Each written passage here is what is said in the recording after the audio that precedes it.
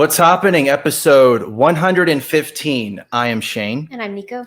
And we're very happy to have Joshua Smith. He's the host of this show called, I think it's like Breaking the Cycling or something like that. Like what is it called again? Break the Cycle with Joshua Oh, Smith. okay. So close though. I mean, you were there. You were there, you know? I think the INGs, I think, kind of took it away. Yeah. But yeah, thanks so much for coming on. Of course, man. I'm really proud to be here. I'm happy you guys invited me. I've been watching a couple episodes of your show. I'm becoming a fan, so definitely. Whew, well, that's nice. That's a compliment because some of like the last show that we did, he was drunk the whole time, so that was nothing wrong with that whatsoever. Sometimes that makes the best shows. You know, you just never know. You never know. I like the dynamic. You know, it's the host and host are, you know, you guys spend a lot of time with each other, so you know how to deal with each other, and so it's a good dynamic. Yeah, I think so. I think so too. We just said the same thing. Yeah. Okay. Well, anyway, so one of the things that we're known for is cringe. So first of all, we wanted to let you see this beautiful cringe that we found. Good. Hopefully you haven't seen this yet. Okay. If this is two girls, one cup, I'm gonna cry. Okay. Oh man, you ruined it. Probably like I couldn't even get through this whole video, so I guess this will be the first time me watching this whole video. Okay, let's do it. We'll do it together. All right. So she actually shared this just recently. But yeah, so here's your cringe of the day. And it's like she said she couldn't get through. I've watched this twice, so I don't know what that says about me, but yeah, you're the one who found it, which is weird. Usually I'm the one who finds this stuff, but okay. Yeah. All right. It's So gonna be the best reaction video. I'm so excited right now. all right. Oh boy.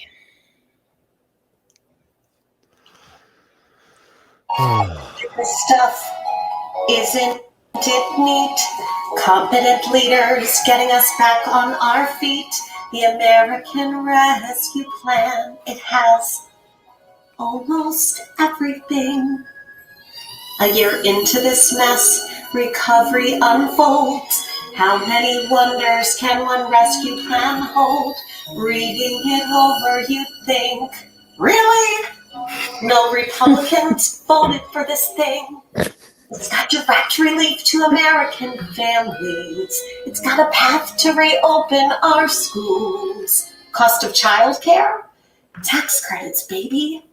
It's like they care. It's a big deal. But wait, there's more. Don't you want to be where the people are? Don't you want to go out dancing, having convos with those, what are they called again? Oh yeah, friends. Some folks thought we could reopen bars, but good strategy is required to reopen safely. Oh. And now by May 1st, we can all get not the kids' toys. Then we can talk, then we can hug our friends and our family and our loved ones. It's exciting to see a shift in ideology, a plan for our world. Yeah. Mom, can we get some Isla Fisher? No, son, we got Isla Fisher at home. My God, that was terrible. This is what happens when you take everything the government tells you at face value and stay inside your house for too long. This is what this produced. This is the new cinema for us. This is what we have to look forward to for like the next 2 years. It's more cringe like that. For it's gonna. Oh my God, that was so bad. That was so bad. It was so bad that you'd think it was a parody, but we went on their website and they're totally serious. Oh, she's serious. You could see it in her face. She was proud. That was horrible. I would have rather watched Two Girls in One Cup. You go on their website and like you read the staff and their bios. It's like borderlining on parody, but it's still real. But there's like, but you just can't believe, the stuff that they say in their bios. Like, but that's where we're at now. I mean, our society has become so like entrenched in bullshit that you almost can't tell the difference between satire and real life anymore. I mean, for all intents and purposes, I did say that right, by the way, in case anybody was wondering. Like the Babylon Bee could be like a mainstream news outlet. You know, like, Yeah. it really can't. Like, Yeah. it's insane. It's insane. These people are just out of their fucking minds. Did you like the part? Did you like the part where she was like, "Oh, we're gonna finally get the vaccine," and like, you know, it's like she was getting an orgasm or something. She stuck that needle in her arm. What was that? Yeah, and her little like kids doctor set. She's like, I know what will make this scene good. Hey, Jimmy, bring me that little kid doctor set you got. That's gonna do good. This is gonna be a good video. It's gonna do really well. She probably did really well on YouTube though, because you know, cringe does well. It really does. That's how. I mean, you want to get views, you know. I gotta be more cringy. And I mean, like, to be fair, we've seen some videos where you'll see like the super Trump people, and they'll be singing about how awesome Trump is, like, you know, the country song. You know what I'm talking about, like the one where it's like these two ladies or whatever. Yeah, that was they're just as cringe. It's not any better. It's just like, okay. I mean, I get the two old parties have become so like tribalistic, chest beating team sport cults that they really think what they're doing is like cool. You know, they're like, this is cool. Everyone's gonna love this. And the sad part is Democrats probably watched that video that you just showed and they love it. They're like, this is so cute. This is so funny. I love this. Oh my God. Hey, Chad, come here. Come check out this video. It's really funny. And then, you know, the Republicans too are like, hell yeah, Donald Trump. Hell yeah. That's what I'm talking about. You know, it's true. They're tribalistic as shit. And they actually encourage this kind of behavior. You know what I mean? Thankfully, it's not the entire country. There's 61% of us that were like, hey, fuck your presidents. We don't want to vote for either one of them. So, you know, there's a little bit of gray pill in there somewhere. Yeah. I feel like the two parties though are really loud because I don't know, maybe it's just online too, because I see people tweet things like comparing Joe Biden to like the son of God, and I'm like, okay, I think we're getting a little delusional here. We've got a little too far. And they had that golden statue for Trump at the at CPAC that people were worshiping, and I'm going, oh, you're the conservative Christians worshiping the false idol, huh? Literally shocking, worshiping an idol. Yeah, like literally a statue. Yeah. They right before they walked into CPACs, they're like, we hate the gays, and then they're like, let's worship this false idol, you know, like Jesus. Yeah, and they might as well be stroking his dick or something. It was horrible. I saw those pictures, and there's videos of them doing that, and I was just like, nah, man, nah. I'm so glad. I used to be Republican. I was a neocon when I joined the military. Oh yeah. Yeah, I was I joined the military right after 9/11. I was like, gonna go and kill some evil terrorists that had attacked my countrymen and some Arabs, as they say. Yeah, I mean, there were some pretty bad words used in the military. I mean, they press that upon you because they want you to dehumanize the people that you're at war with. When the fact of the matter is that, you know, the vast majority of the people that you're at war with when you're in the U.S. military are just normal, everyday civilians that are not really at war with you. They don't really want to be. They actually don't want you to occupy their country, and they don't want you to drop bombs on their homes. And and I found that out the hard way. I joined the military. I thought I was going to go fight these it's Saudi Arabian nationals via Pakistan that had attacked the Twin Towers. And within 6 months of being in the military, I was at war in Iraq. I'm going, what the fuck am I doing in Iraq? Why are we in Iraq right now? Weapons of mass destruction? They got crude IEDs and AK-47s that are 40 years old. What do you mean weapons of mass destruction? They've got shit, you know? So that was like I was talking to you before the show. That was my turning point to becoming a libertarian. I was watching the U.S. military industrial complex, and you know the thirst for oil. Really, I mean, they want control of those oil fields and the poppy fields in Afghanistan. We've been guarding those for. That war's old enough to drink now. It's getting close. It's old enough to vote. That's for sure. Mm-hmm. It's horrible shit. I'm more anti-war than almost anyone I know. Not Scott Horton, but close. I was gonna say, I don't know if you can be more anti-war than Scott Horton. Well, here's the thing. I am as anti-war as Scott Horton. I am not half as knowledgeable on every single bit of history of war as Scott Horton. That man is an absolute Rolodex. He is the the encyclopedia of wars. I mean, that's, he's a walking version of an encyclopedia, and he gets going. He's like, Houthis this, and I'm just like, I'm trying to follow along, man. I really am.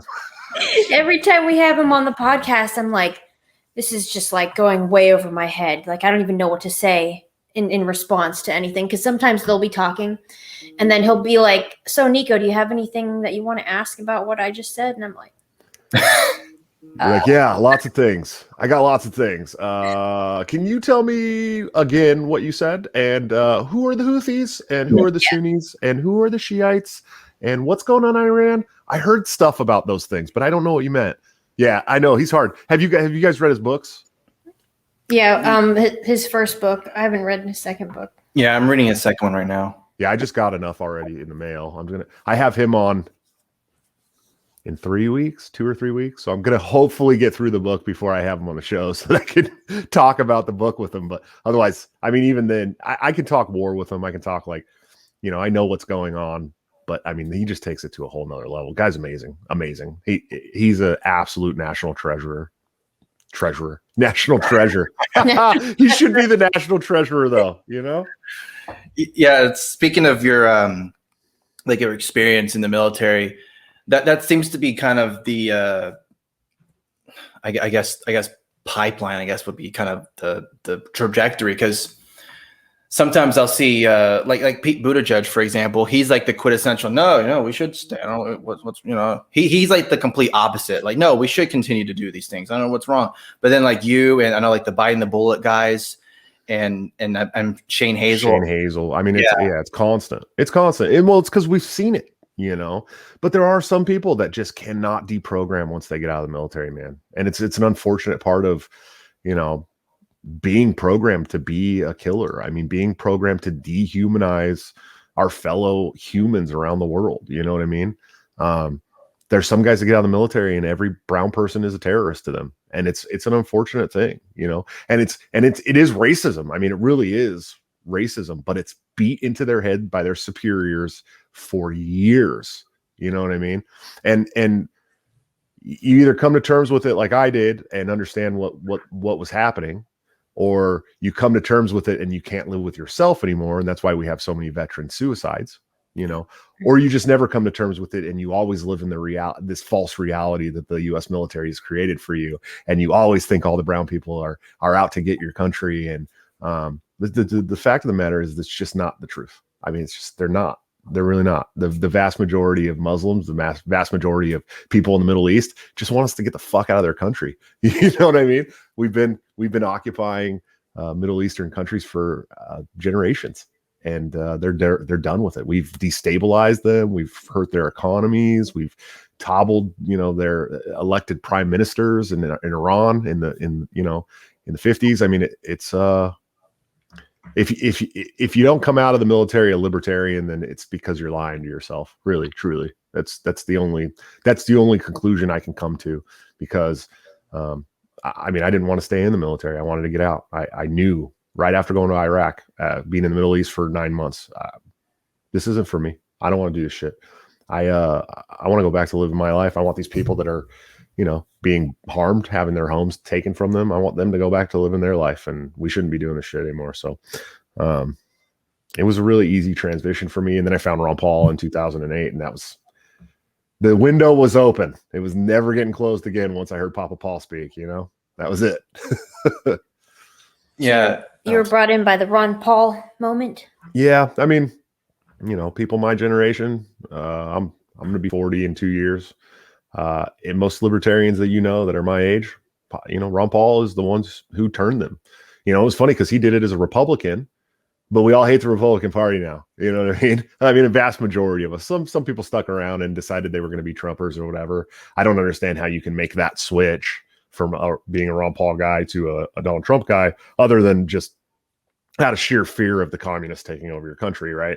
But I didn't see a vast difference between Obama and Trump, aside from some policies and a few, tax breaks for the ultra wealthy. I mean, I really didn't see a whole lot of difference. We were still dropping bombs. The Federal Reserve was still churning out money that we don't have. We were still locking people in violent rape cages for victimless crimes. The borders are the exact same crisis we had then. They're the same now. I mean, the shit didn't change. So I don't know how anybody went from Ron Paul to Donald Trump. I certainly couldn't do it. I worked on Ron Paul's campaign in 2008. In fact, that's one of the reasons why he endorsed me for chairman of the LNC last year. And then in 2012, I kind of worked. I didn't work for the campaign, but I actually, I campaigned for him, obviously, and then voted for him. I liked Gary Johnson at the time. I thought he was a little goofy, but I just couldn't give up on that dream of having, a Ron Paul presidency, because our lives would be infinitely different had we gotten Ron Paul into that position. I mean, the amount of red tape and bureaucracy that would have been cut, and the amount of the military industrial complex that would have been cut, and the big money, special interest stuff, they would be trying now to try and build it all back, because that's what governments do. But it would have been great to have that setback for the federal government to have a Papa Paul presidency. But and then in 2016, I'm looking at Donald Trump and Hillary Clinton, and I'm going, there's just no fucking way I'm going to be a part of this. I'm not voting for one of these people. I'm not working on their campaigns. I'm not going to tell my friends to vote for them. I told all my friends, and in fact, at the time, I was living in Oregon, and I have all these lefty friends, in Oregon, Portland, Oregon. And then I grew up in California, and they're all lefties too. They're all progressives or lefties or communists or whatever the hell you want to call them. And, I'm like, look, I know you're going to try and vote Democrat. I know it, but please push Bernie Sanders. You know what I mean? Anybody but fucking Hillary Clinton, for crying out loud. Like, don't call yourself anti-war. Don't call yourself anti-war and anti-corporation if you're going to vote for a Hillary Clinton or a Joe Biden or an Obama. We know that already. But that didn't work out. And so then I joined the Libertarian Party in like 2016. Before the election, I started working for I was actually in Southern Washington, but right across the river from Portland, Oregon. And I started working for the Washington Party. I started campaigning for Gary Johnson and Bill Weld. Unfortunately, I didn't know much about Bill Weld at the time.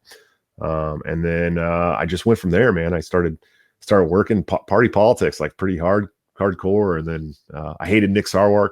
I was a fan of him prior, and then he started doing some things that were just not kosher with me, attacking Tom Woods and Eric July and all these great voices for liberty. And I was like, fuck it, I'm going to run against this guy and see what happens. I was just a West Coast maintenance guy working in, a plant. And I did really well. I traveled to 40 states over the last 4 years. I actually keynoted a ballroom speech right behind Ron Paul at the Omaha Roads to Freedom convention. I spent 2 weeks on Adams Kokesher's bus driving around the country. I did all kinds of really cool things that I never thought I'd get to do. And I think I've been able to kind of inspire a movement around the country, even though I never became the chair of the party. And I think that shows, with the Mises Caucus and this push to kind of move the Overton window in the libertarian political world. I think we've always kind of had that push in the movement. People are like, yeah, we're libertarians unapologetically, but I think the party has been so blue pilled and beltwayed for so long that it's there's a lot of scared people. They're like, oh no, the real libertarians are here to take over. What are we gonna do? And so it's this big fight for the soul of the party. But I think that the Mises Caucus is going to take it over. I really do. I think it's unstoppable at this point. So I think in the next couple of years, you're going to see a libertarian party that takes on a very different form.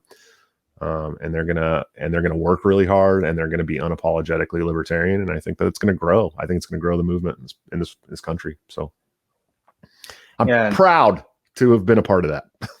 Yeah, and speaking of the like libertarian party and everything like that, like I'm hearing people say that they want it to become a radical party. They, like you were saying, they don't want it to be beltway anymore. They don't want it to be like, well, we hate the state, but at the same time, maybe, we kind of like the state, so we kind of want to do some things within the state or whatever. And so, like, when you were talking about running for chair, what was that moment for you where you go, I have to do something? Because, that's because I'm sure there's a lot of people who say, man, I want to do something. But for you, it was running for chair. That was your calling. So what was it for you that was like, I got to do this? So, the Nick Sarwark thing was the biggest part of it. I was working at the local level for the state party. of Washington. I was a region rep, so I had 5 counties that I was tasked with trying to populate with libertarians, and I was tasked with trying to build a libertarian affiliates, like county affiliates. And at the time, I actually really liked Nick Sarwark. I thought he seemed cool. You know, he's kind of like a little wacky and said some cool speeches. And then, like I said, he started attacking Dr. Tom Woods and Eric July and Dave Smith. And I mean, I've seen the guy go after Scott Horton. He went after fucking Ron Paul, of all people, like, you know, the nicest man in the world. And we had founded a publication called Think Liberty at the time. If you guys are familiar with Think Liberty, myself and 3 other friends founded that publication, and it was doing pretty well. We had probably like, I don't know, 10 to 12,000 followers. We were getting some really good website traffic. I was doing interviews with people like Walter Block and Austin Peterson and who else? The youngest Friedman. Patry Friedman. I was doing some cool interviews. It was a good time. And so I was like calling around these big name libertarians. I'm like, yo, you got to run for party chair for this party, because this guy's just he's not it. You know, he's never going to grow this party this way. And everybody was like, you're crazy, man. No way. He's the most popular chair the party's had in 50 years. You know, he's highly revered as the greatest party leader and blah, blah, blah, blah, blah. And I kept getting that same answer. And so I was like, all right, you know what? Fuck it. I'll do it. You know? And so I wrote up with help from a friend, I wrote out an intent to run statement, laying out a plan for the party and how I thought, you know, that if I become chair, it would change, and how it would change for the better. And I didn't think I would get a lot of response to it. You know, nobody really knew who I was. Like I said, I was like a blue collar working class maintenance guy on the West Coast. I wasn't a lawyer. I wasn't a car salesman. I wasn't a doctor I didn't have a lot of money, you know, just me and my girlfriend living together at the time. And it ended up taking off, man. I raised, I don't know, $15,000 or $20,000. I traveled to 25 states that election. And I ended up, I ended up getting like 175 votes out of, 900 and something at the national convention. But it was like a cool experience. And I started planting seeds, and that was really it. It was Nick Sarwark. It was watching this party that I was working for at a local level with a chairman that was hurting my job for the party at the local level from the national level. And it was a challenge. I mean, it's 100%. It was, okay, well, I'm coming then. He put out this statement: if you don't like the way I run this party, Molon Laby, right? And I'm like, all right, man, Molon Laby it is. I'm on my way, And so that was the moment for me where I was like, I gotta do something. And it just grew and grew and snowballed, and it's still going today, even though I'm not running for chair anymore. It's still going, that movement is still going. Those people are losing now because of what I started in 2016. So. Yeah. And talking about not running for chair anymore, I know you had just recently announced that you weren't going to be running for chair, because before you were still intending on running, but then you decided not to. So can I kind of talk about that? Yeah, sure. Yeah, absolutely. I announced that I was running for chair back in October.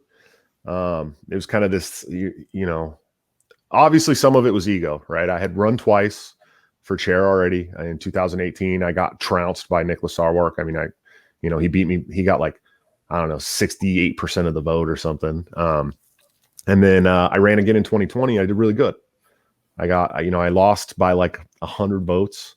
It was very, very close. There's a lot of speculation that there was some shady shit involved, that you may have taken the votes that I needed away from me. They fought to have this all online convention. We fought back to have an all in-person convention. They ended up with this hybrid convention where half the convention was online, half the convention was in person in Orlando. All the votes up until the chair election, the average votes were about 650 votes. And then all of a sudden for the chair election, it was over 900 votes. And we're all going, oh, that's a little weird, man. But it never really got audited, and no one ever really wanted to push for an audit. And I didn't give a shit enough to really do it. I ended up back on the board anyways. And then, it came to October, and I'm going, man, I want to try this thing one more time. I've come so far. I've worked my ass off. I've traveled all these states. I've met all these wonderful people. I've inspired this movement. I got this movement of soldiers behind me. I'm ready to go, And so I announced, even though there was already another Mises Caucus person who had announced, Angela McArdle, who's a good friend of mine. It wasn't like I was running because I hate Angela McArdle. I was running because I had put in the work and I wanted to be the chair of the party. But if anybody who is watching this has been following me for a while, that in October, so last year in March, I went from basically a bachelor. I had 2 kids that didn't live with me.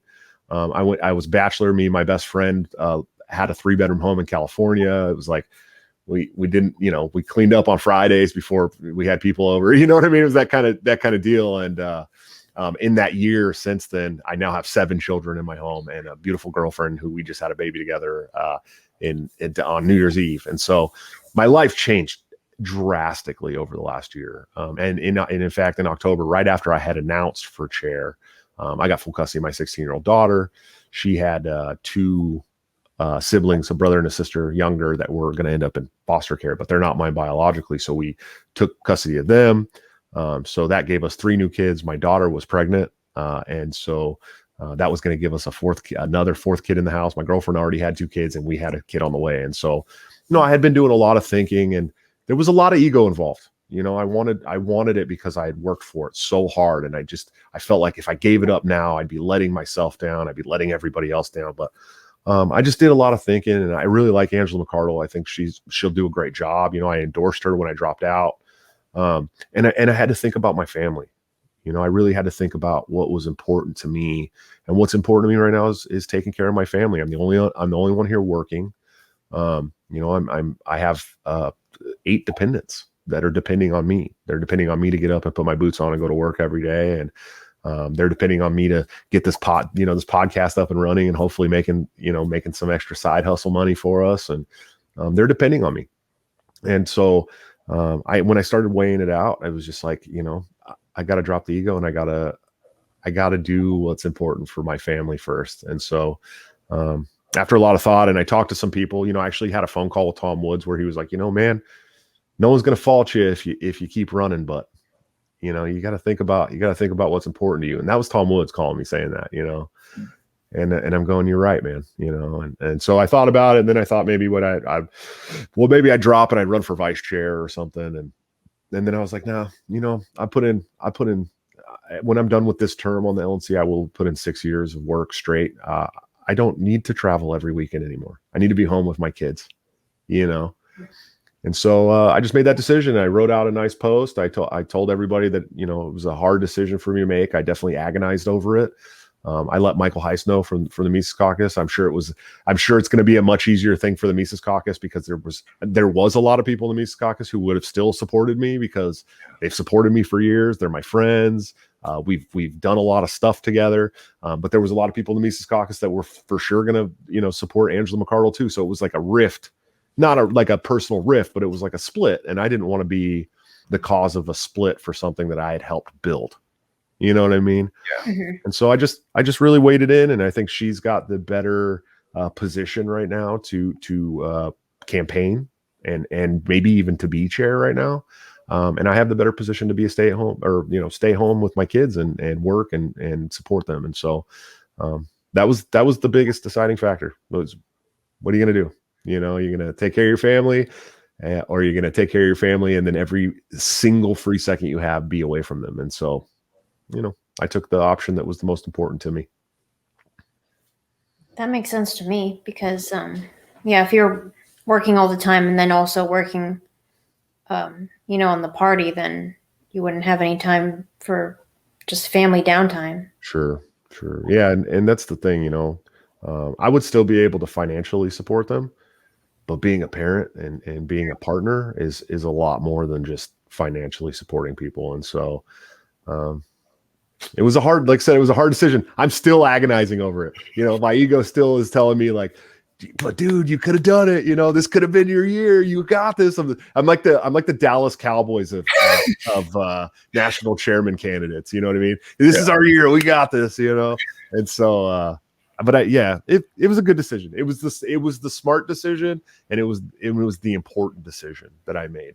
And my family's happy about it. Julia, my girlfriend, my beautiful, wonderful, amazing girlfriend, she's stoked. She didn't want me to leave. She didn't want me to leave her with 7 kids every weekend so I could travel to state conventions and speak and stuff. And I get it. And so I did the right thing, I think.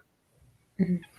Is there any plans down the road that you would think about doing that again, or no?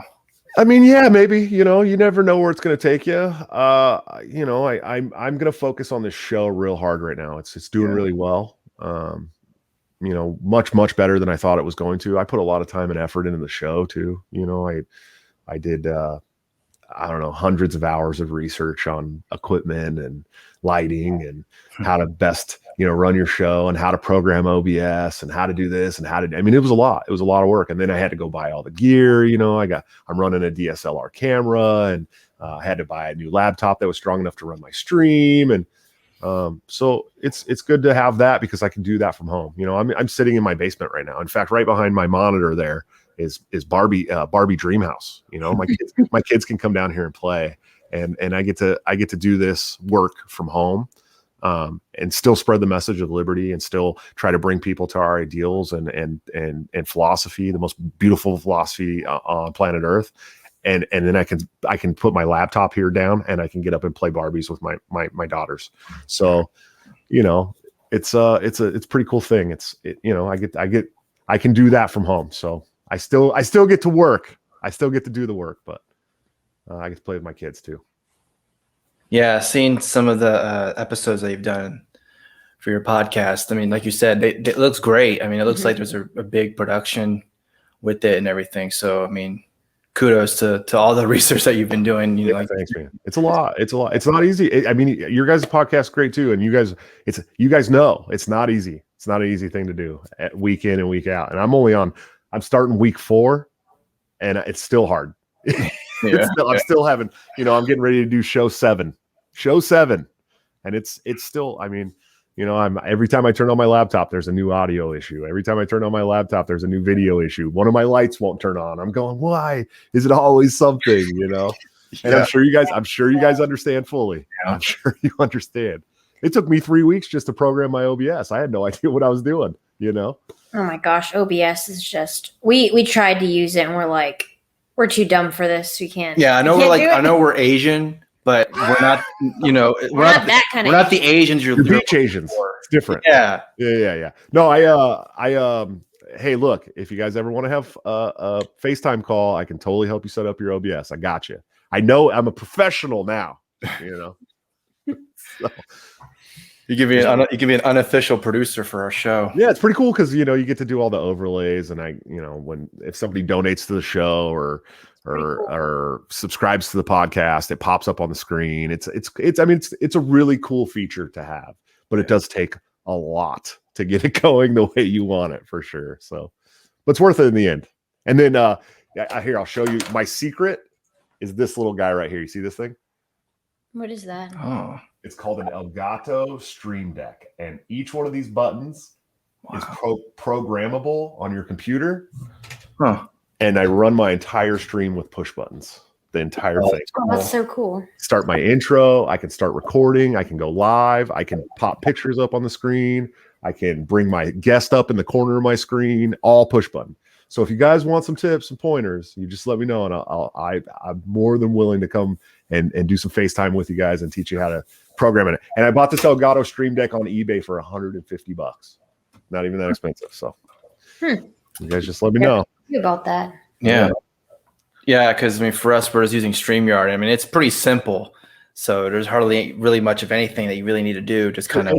Well, and you guys can still use StreamYard, and you can use what's called a virtual webcam on your OBS and stream all your settings from OBS right onto your StreamYard, or you can just do it like I do, where there's a go live button and it streams directly to YouTube, which is really nice because then because I do my show live, so it's a little bit different doing it live, Yeah.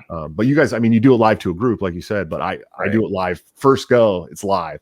So if anything goes wrong, it's on the show, Yeah, we used to do it that way, but then there was things where it was like, okay, either something awkward happened or like one of us had to go to the bathroom, and I'm like, this is just or our cat's messing with stuff, and like, okay, Sure. we gotta deal with that. That's the allure, though, man. You guys are family. You know, you got this family vibe, and that's part of the allure of your show for sure. And I still can't say happening very well for some reason. I keep trying over and over and over again, but it always sounds like happening to me every time I say it. Yeah, I mean, whenever we hear what's happening, we always look at each other like happening, like even though they didn't say even though they didn't say it. But you guys are in Hawaii, though, right? No, we're in Texas. we wish. Oh, I thought you guys were in Hawaii for some reason. Yeah, that'd be nice if we were. I mean, Because we're oh yeah, it's shirts. That's what it is. Yep, you got. I'm a boogaloo boy. Oh, okay. They don't say that. Oh, The sorry. Yeah, oops, Isn't my bad. the FBI gonna come after you now? Oh, yeah. well, the uniform was they all wear Hawaiian shirts or tropical shirts or whatever. So You're canceled now. Yeah. Canceled. Show's canceled. Taco Bell put out a Boogaloo shirt. In case anybody's wondering, you should find the Taco Bell Boogaloo shirt. It's the best thing I've ever seen in my life, ever. I'm telling you. Now you have to look that up. All Boog boys should be wearing Taco Bell Boogaloo shirts from now on. Wow, how come Taco Bell has been canceled? Yes, because all the weed smokers and crackheads go to Taco Bell. So we can't cancel them. Come on, they're the best. Oh yeah, absolutely. I know. I'm from California, where you can buy weed at the store like it's a 7-Eleven. You just walk in and you're like, oh yeah, I'll take some of that one and that one. Thanks. See you later. And then you go to places like Texas, people are sitting in jail for it still. And I know, it's so stupid. I live in Iowa now, and they're still arresting people for CBD oil here. I'm going, what the fuck are you guys doing? This is insane. Insane. Yeah, recently, like during the whole COVID thing, a lot of people's favorite governor, Kristi Noem, she did something pretty bad when it came to weed, like something about, oh yeah, we can legalize weed. She's like, nah, I'm no. good. They actually voted. The population voted to legalize weed in North Dakota or South Dakota. She's South Dakota. Oh, South Dakota, yeah. And she vetoed it. She vetoed the vote of the people. I mean, that's a lot of libertarians are looking at Kristi Noem and looking at South Dakota and going, hell yeah, this is so cool. She didn't shut the place down. She didn't make anybody close their businesses. She never put a mask mandate out. And they're on par to be no different, per capita than anywhere else in the country. And then she ends it with vetoing the vote of the population of her, her constituency. And I'm going, do you understand how bad that is? Do you have any idea how tyrannical that shit is? Okay, we're no longer gonna praise Kristi Noem. We're done with that shit. It's DeSantis now. He's cool. You're cool now. We like you. And then Governor DeSantis is pretty cool from Florida, man. Kristi who? Never heard of her. I'd rather live in Florida than South Dakota anyway, though. Yeah, it's cold as shit up here in the Midwest. Let me tell you, as a person moving here from California, I did not think I was going to survive the winter for sure. negative 40 hurts physically. You could feel your nose hairs freeze as soon as you walk outside. It's a level of cold I'd never thought I'd have to experience in my lifetime, and it's pretty rough. But I made through. I got a snowblower, so we can get rid of this snow. Right. I'm like a real suburban dad now. I'm like looking at the next door neighbor's snowblower, going, "Does he got a nicer snowblower than me?" I don't know. How much was that one? Yeah, where'd you buy that at? Did you get that? Did you get that at the Menards? Oh yeah, Menards. Yeah. My 16-year-old makes fun of me. She's like, "You're in like suburban dad wars right now. You know that, right?" I'm like, "Yeah, I know. I get it, but it's cool." You guys should exchange dad jokes then, because man, he's working on dad jokes. Are you? Oh, dude, you got to get your dad jokes on, man. I mean, it's an important part of being a dad. Trust me, it's maybe the most important part about being a dad is that you have solid dad jokes, or your kids' friends are they're not going to take you seriously, And you got to get a pair of white New Balances. It's really important. Oh man, I didn't know about that one. Okay, all right, white New Balances. Required. Yeah. I say that as a guy who only wears like Vans, like Chukkas and stuff. So I don't wear white New Balance. Nobody's ever going to put me in white New Balances. The only time I ever had a pair of white New Balances was in boot camp in the military. That's it. So yeah, brings back good memories, right? Oh yeah, the best. Let me tell you, so good. Yeah. So I guess talking about something that happened recently, and it's a thing that it always pops up when stuff like this happens because we're going into current events now. Yeah, we're going to current events now. All right. Yeah, so there was a shooting that happened and in Boulder, Colorado. In Boulder, yeah. And people were saying, oh, like before hardly any information came out, I bet it was a white guy. Nope. Syrian immigrant. Yeah. Syrian and then once that happened, they're like, we need to do something about these guns. Yeah. The thing that's interesting though is that whenever it's like a white person, they'll immediately be like, yeah, white supremacy, we gotta do something about these white people. But then when it's anyone else has a darker complexion or whatever that's not white, they'll automatically go, oh, we got to do something about these guns. It's almost like I don't know if they're doing it intentionally or even know what they're talking about, but it's like, why is it whenever someone who's not white, they go, man, we got to get rid of these guns. Oh, look, man, I don't know. I don't want to be one of those guys that's like, there's a war on white people in the United States. Nobody ever likes that guy. Nobody ever likes when that guy does that. But it's just the agenda that the corporate press pushes. Yeah, I talked about this with Dave Smith on my show last week. It's this corporate pushed wokeism. I mean, it really is corporate sponsored wokeism. They want us divided, and so they play on the racial divides. They play what they never do is play on the class divide, though. Yeah. Yep. If you've ever noticed that, they never the corporate media and the corporations in general, they don't ever speak about the class, which is really the big divider, right? I mean, at the end of the day, we're libertarians, so we support you amassing as much wealth as you want. But a lot of that wealth that's amassed is amassed through government protectionism, which as libertarians, we can in fact be against. And they never talk about the classism. It's always about race because there's the United States is such a melting pot of races and ethnicities and nationalities that it's very easy to divide us that way, to divide us along these racial lines. And so, it's in fashion right now to blame everything on cis white men.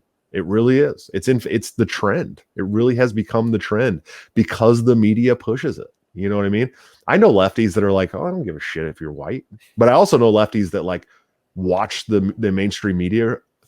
I know one right now that's like won't have kids because she doesn't want to contribute to violent white society. Yeah. And I'm going, you get one fucking life in this world. One. You know what I mean? And you're going to waste your chance to be a parent, to raise a child because of something the fucking media told you? Fuck out of here. That's insane. These people are they've plugged in, man.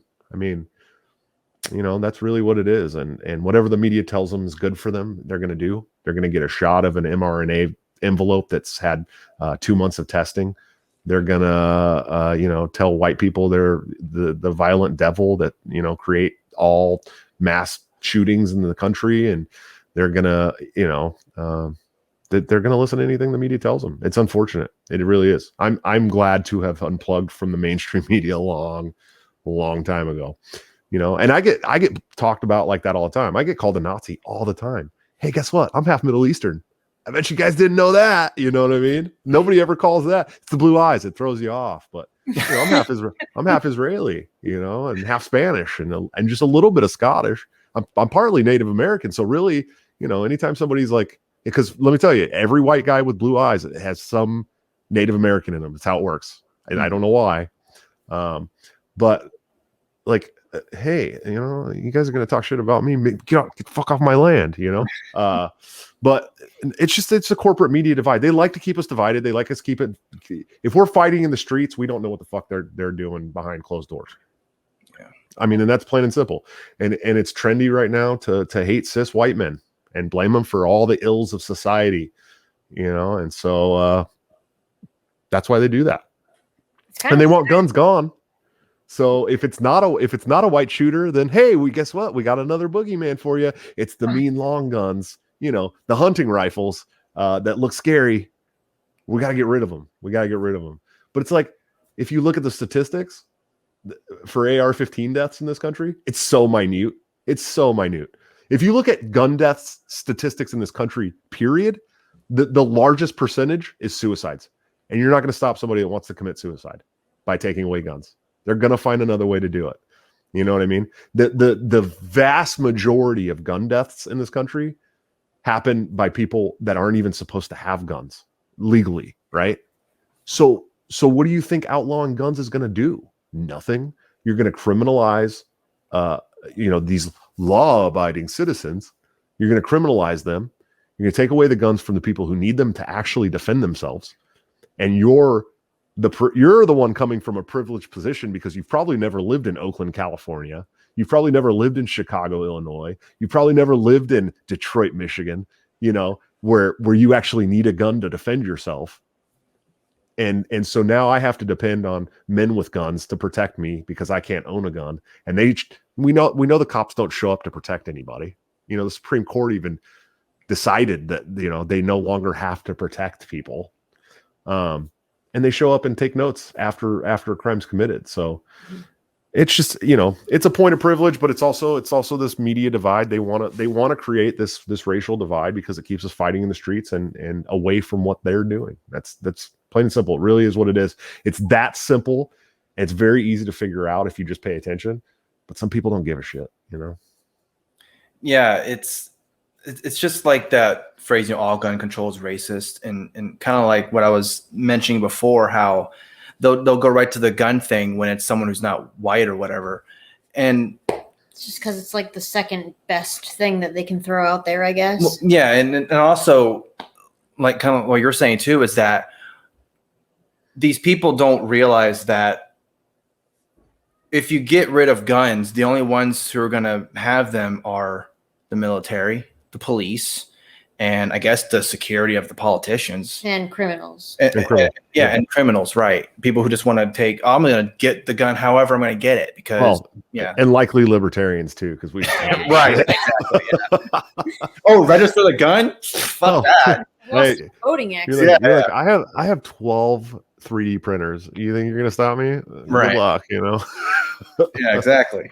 But it's just the agenda that they have, like you were saying, they trying to divide people, because I saw something too where ever since like Trump isn't president anymore and all that, like a lot of the ratings have gone down because I guess nobody, like that whole tension between Trump and the media.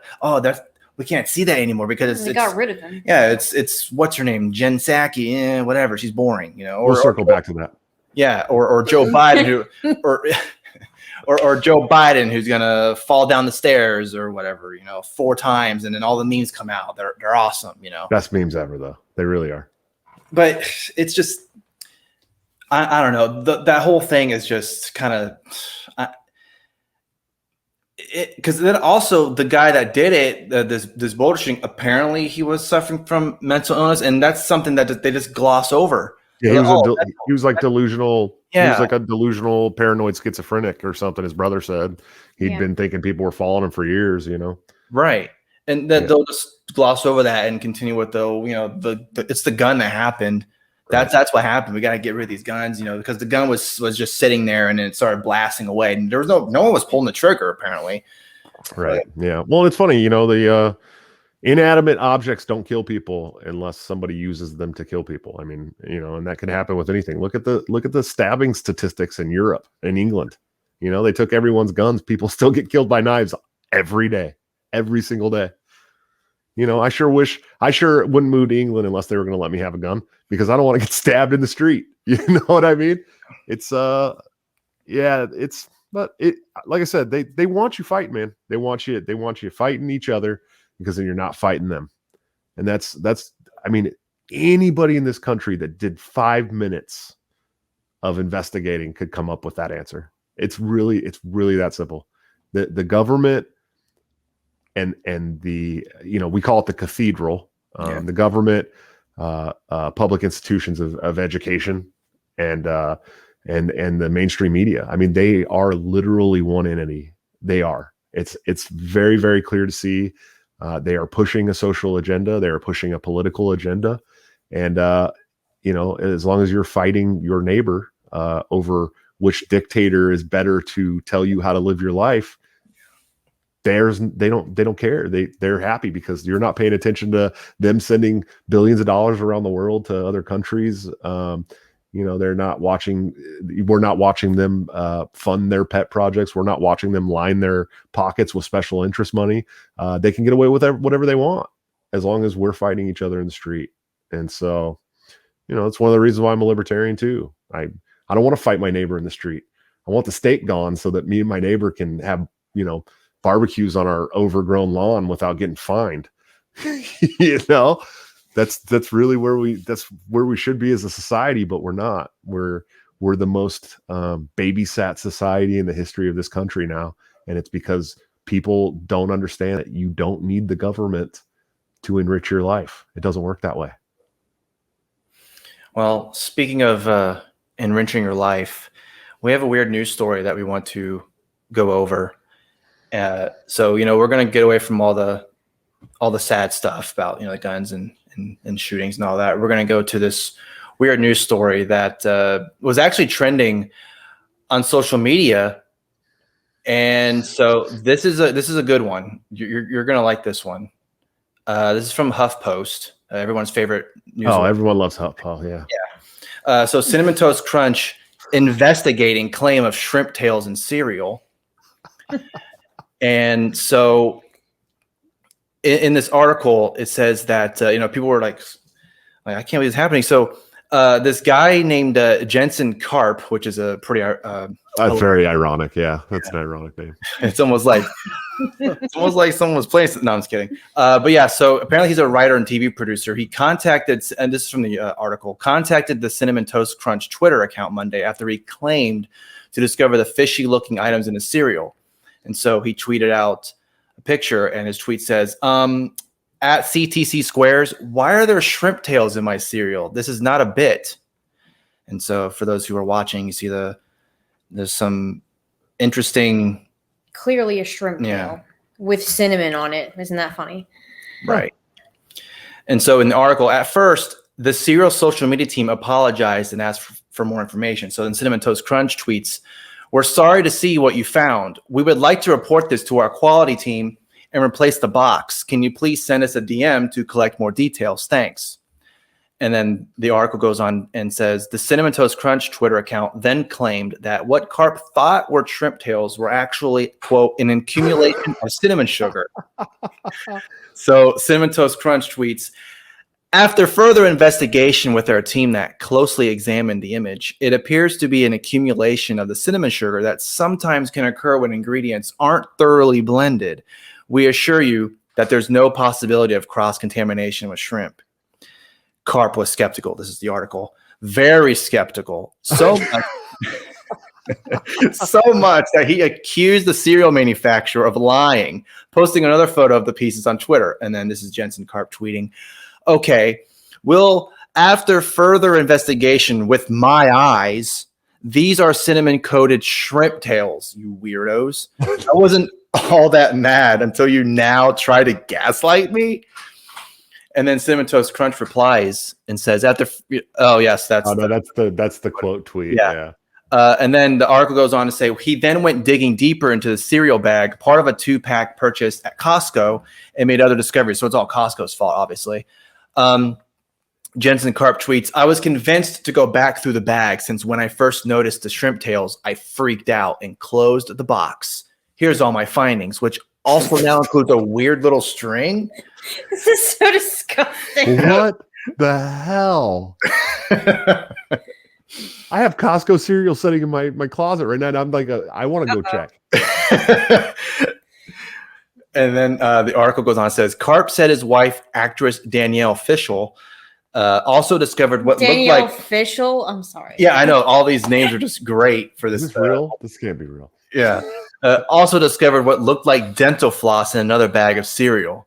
And then Jensen Karp tweets, update, my wife has a stronger stomach than me and check the other bag in the family pack. This one seems taped up, ? And also appears to include, I don't even want to say it, dental floss. And I don't know if you can see the dental floss. It's kind of like right there for those who are watching. It's kind of in the middle of this first picture. There's something there. Then the article goes on to say, Carp eventually came to the theory that the box was somehow infested by a rat that left droppings in other collections. And then this is Jensen Carp tweeting again. This is also where I've currently landed, unfortunately. It makes me want to wash my mouth out with acid.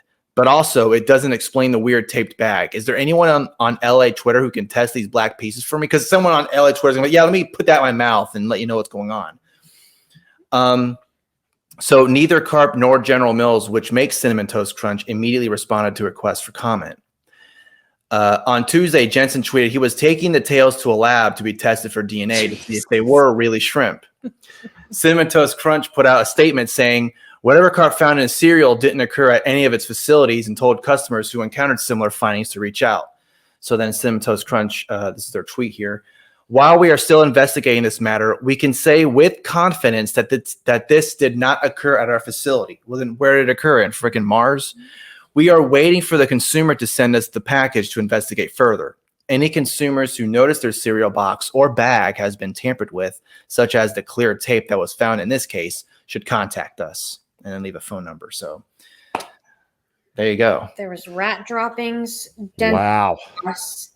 and shrimp.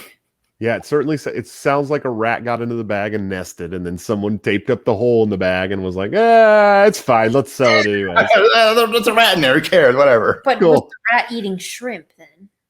Well, they were probably found those shrimp tails somewhere in the store or ate some shrimp from somewhere in the store and then brought them back to the nest and then some dental floss and then was pooping in the bag and then was out of the bag when whoever found the box was open and then whoever that person was decided, hey, you know what?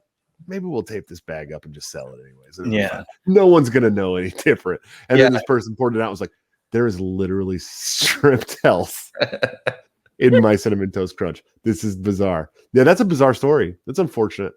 It happens sometimes, though.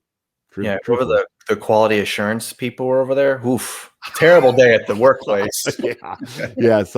They are getting beaten right now. Like, literally beaten. They're like in a dark cellar dungeon somewhere, like chained to a wall, getting beaten right now. That's what's going on. Imagine you're that person and you're getting beaten up by Cinnamon Toast Crunch security officials.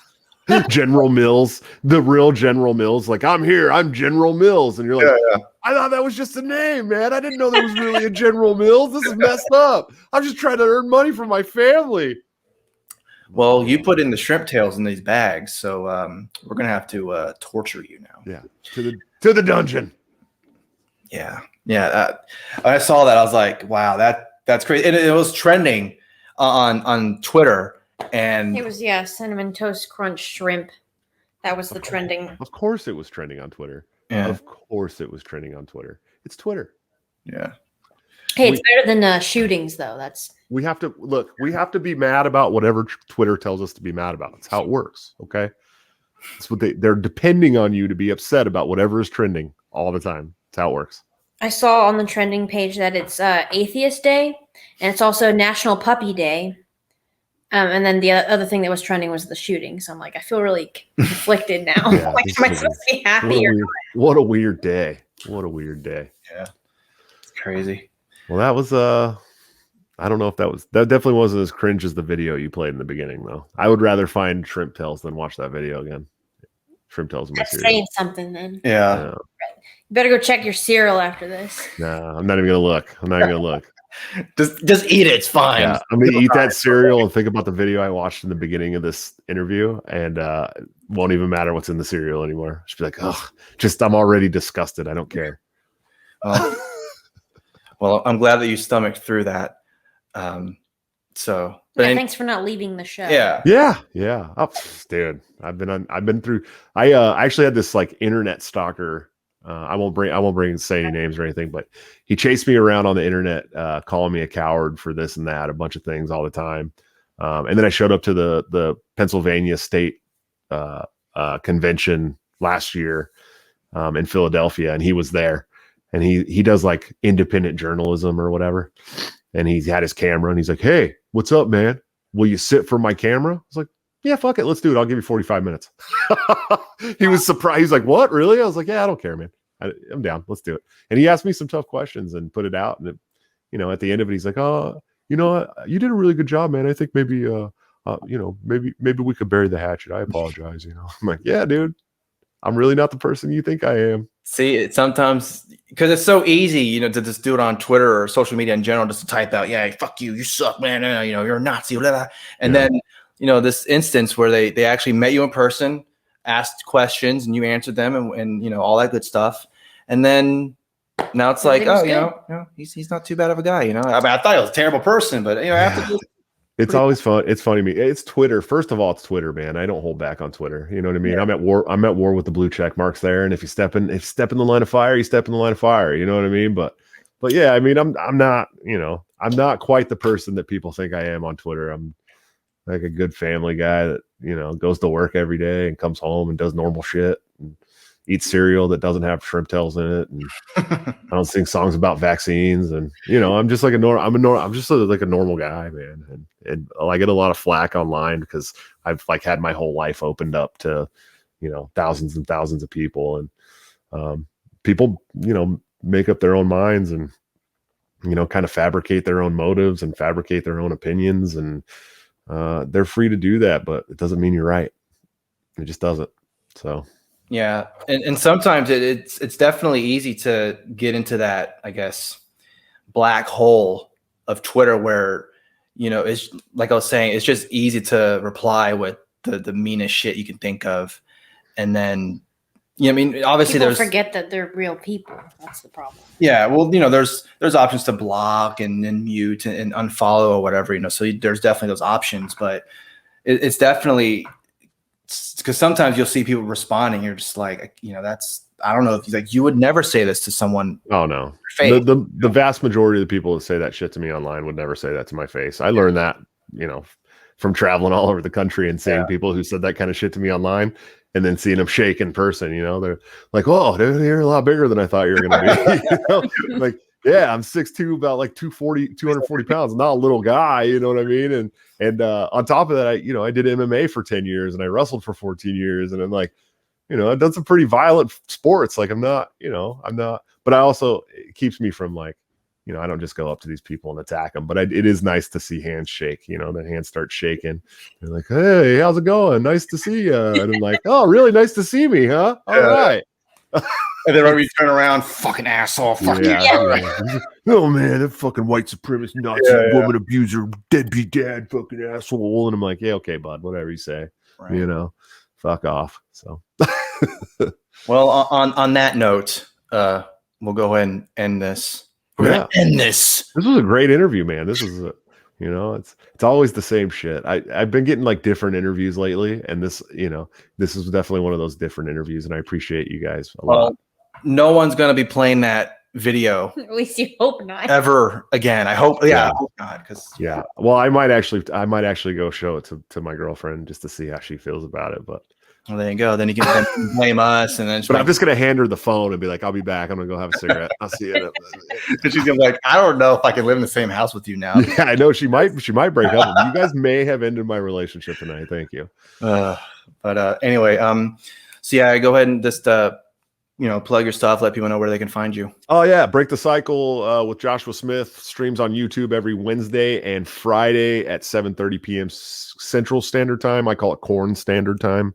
That's a live show. You can check it out. I think this Friday. Oh, so Wednesday I have Drew Hancock coming on. Lockout. I always forget how to say his Twitter handle, but super cool guy, man. Very smart. I think he's 20 years old and he's making these great YouTube videos that are super informative about all kinds of different issues. I'm really excited to have him on. He's going to kind of take on a co-host role for Wednesday's show. So that's going to be fun too. It's not just going to be like a regular interview. And on Friday, I got the great Shane Hazel coming on my show. I think the week after that, we have State Senator Eric Brakey coming on from Maine. It's a good show, but youtube.com/fight the despots is how you can get there, or you can just look up Break the Cycle with Joshua Smith. Please subscribe. If you're watching this, please subscribe, because I'm trying to grift that ad revenue into being a stay-at-home dad. You know what I mean? Like, just like any other YouTuber. like I said, I put a lot of time and effort in this shit. So if you can help me out, that'd be really good. I also have a Patreon, patreon.com/breakthecyclejs, where you can become a monthly supporter. There's some cool perks over there, and also a private Discord server that's really getting lit real fast. So those are the two cool places. And then, of course, on Twitter at Joshua at Large. That's where you can follow my war with the blue checks, because we hate the journos on Twitter. So hashtag Tower Gang, you know. Oh yeah. One of the OG Tower Gang members. So we're definitely at war with the Tower Gang. So but yeah, check me out there, man. Come hang out. Message me if you're watching this and you want to talk anytime, man. I'm pretty open door policy with anybody that has anything to say anytime. So I'm always looking forward to speaking with people. All right. Very cool. Very cool. As Very Red cool. Media says, very cool. Very cool. Very cool, Conrad. Very cool, Conrad. Yeah. All right. Well, again, thanks so much, Josh, for coming on. We really appreciate it. And for those watching, listening, please subscribe to our channel. Follow us on social media, as it says on the ticker that's been going on for the past hour. Because unless you're listening to this, then you didn't see it. Yeah, like what are you talking about? So I already follow them on YouTube. I'm already subscribed to them on YouTube, by the way. So if you don't subscribe to them on YouTube, I'm coming for you. Coming for you. Oh my gosh, yes. All right. See you in the next one.